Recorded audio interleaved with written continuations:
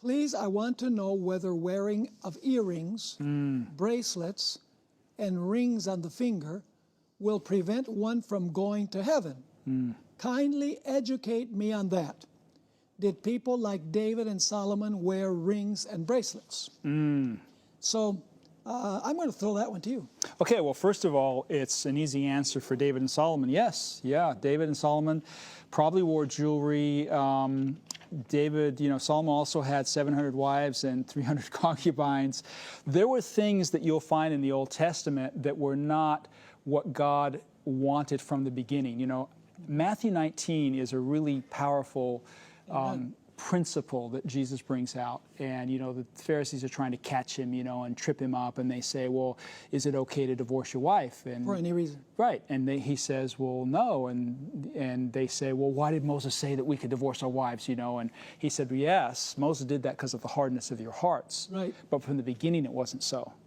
And so when we look at some of these principles, sometimes we go to the Bible and we just pick whatever we want and say, well, back here, David had 3 wives, so I guess it's okay for me to have 3 wives. He was a man after God's own heart, And we need to recognize that God is working with humanity down through the ages where they are. He's meeting us where we are. Right. But as we move toward the final end of sin and suffering, God is bringing the people back to the original. So that's why we talked about Genesis 1 and 2, Revelation 21 and 22, and God's original goal to get us back.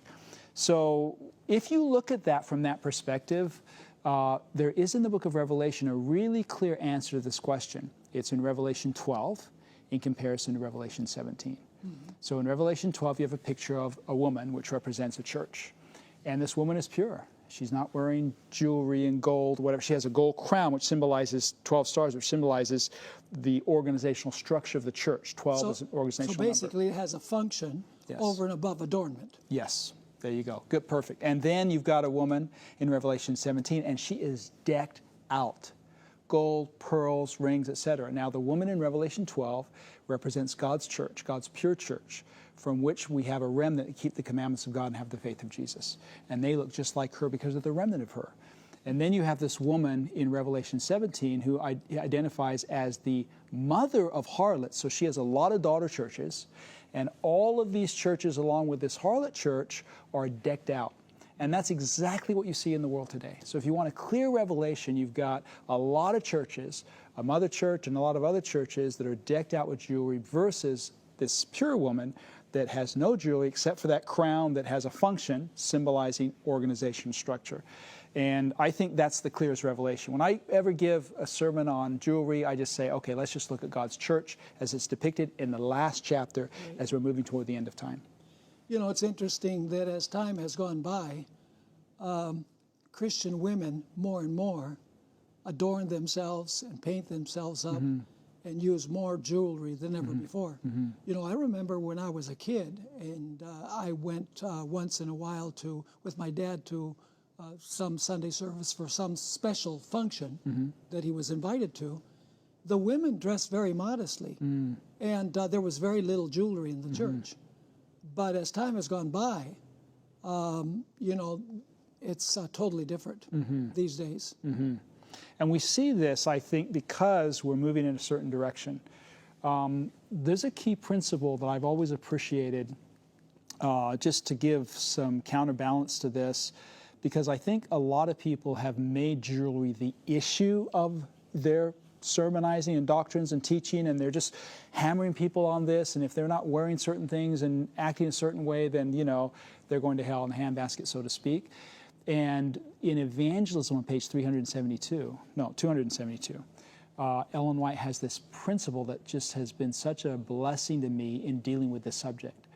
And she talks about people who pick off the ornaments and whatever seems offensive and tell people you shouldn't dress that way, you shouldn't wear that. And she says that's like pulling leaves off a living tree. The leaves will just reappear again. She says the axe needs to be laid at the root of the tree. That's what John the Baptist did. Right. And the way he did it was he said, behold the Lamb of God that takes away the sins of the world. And Ellen White says the same thing. We need to talk about Jesus. We need to reveal his spirit and reveal his love. And she says, then the axe is laid at the root of the tree and the leaves will never appear. They'll fall off and they won't appear again. Right. And so what we need in all of these standards in the church, the key to it is directing people to Christ. Once the heart is won and once the heart is converted, then it is that all these things start falling off. That's the way it worked in my life. Not that I was wearing jewelry, but I had the accessories. I had all the stuff that was, really, it was my security. You know, you have these things because it makes you feel secure. You're somebody, so to speak. But when you find Jesus, you don't need all that fluffy stuff on the outside. Yep. The interesting thing is, though, going one step beyond that, is that many people who love Jesus just don't understand They just don't know. the issue of jewelry. And so there's still room for instruction. In other words, you'll say, just love Jesus and, you know, you'll do everything automatically right. Right. There has to be instruction. It's like children. You know, you have to instruct children. Even if they love their parents, they're not going to do everything that they're supposed to do. Yes. They need to be instructed. What it means to love the Lord Jesus. You know, it influences what we eat. It influences how we dress. It influences how we use our time, what we watch, what we listen to. When we're converted, sometimes little by little, all of those things are taken care of. But there needs to be instruction Absolutely. on that particular point without falling into the error of legalism. And the Bible has an instruction. In fact, 1 Peter chapter 3, I don't know if we want to look at those verses. Sure, I have those two. Okay. Peter and Paul, good authorities, New Testament. Okay. So 1 Peter chapter 3, and I think verses 2 through 5. 1 Peter 3, 2 through 5. He says, I'll just start at the beginning because for the context. Likewise, ye wives, be in subjection to your own husbands, that if any obey not the word, they also may without the word be won by your conversation, by the conversation of the wives. Or the conduct. The conduct, yeah. That's Conversation being the old conduct. King James Old King James word. Good. While they behold your chaste conversation or conduct, manner of life or behavior or deportment is what the Greek is indicating there, coupled with fear, whose adorning, let it not be with the outward adorning of plaiting of the hair and wearing of gold and putting on of apparel, but, verse 4, let it be the hidden man of the heart in that which is not corruptible, even the ornament of a meek and quiet spirit, which is in the sight of God of great price. For after this manner in the old time, the holy women also who trusted in God adorned themselves, being in subjection unto their own husbands. Absolutely clear. Yeah, these verses are really clear. They're beautiful. They're talking about the spirit of meekness. They're talking about the spirit of subjection. They're talking about your godly conversation, etc., in replacement of all of the jewelry. And that's attractive. And it leads us to a whole different way of relating to one another when we see that kind of an attitude, that kind of a spirit in a woman. It leads husbands who may not even be obedient, it leads them or draws them to the Lord. There's one little thing that we need to mention in this passage, and that is, it gives the impression that you can use an outward adornment. But the important thing is to have a good heart. Okay. Because it says in verse 3, do not let your adornment be merely outward. Okay. But the word merely is added to the text. It's in italics in the King James Version. So, so we need to take away that word merely and simply say, do not let your adornment be outward. Arranging the hair, wearing gold, etc. Where's that merely at? I didn't see that.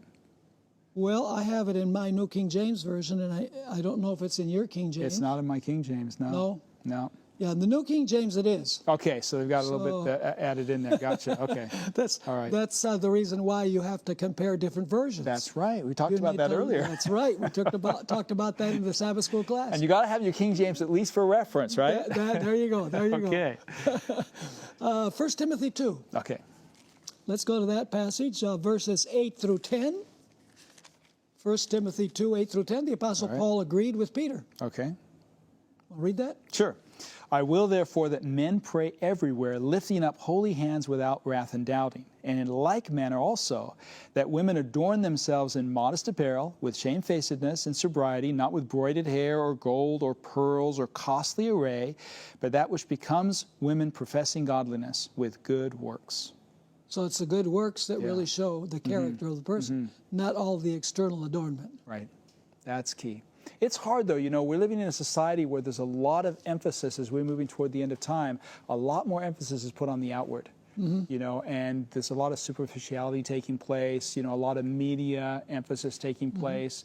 And so I know this can be challenging, but the heart is really where it's at. And for those viewers who are struggling with this, what you want to do is you don't want to just immediately say, I'm just going to take all my jewelry off.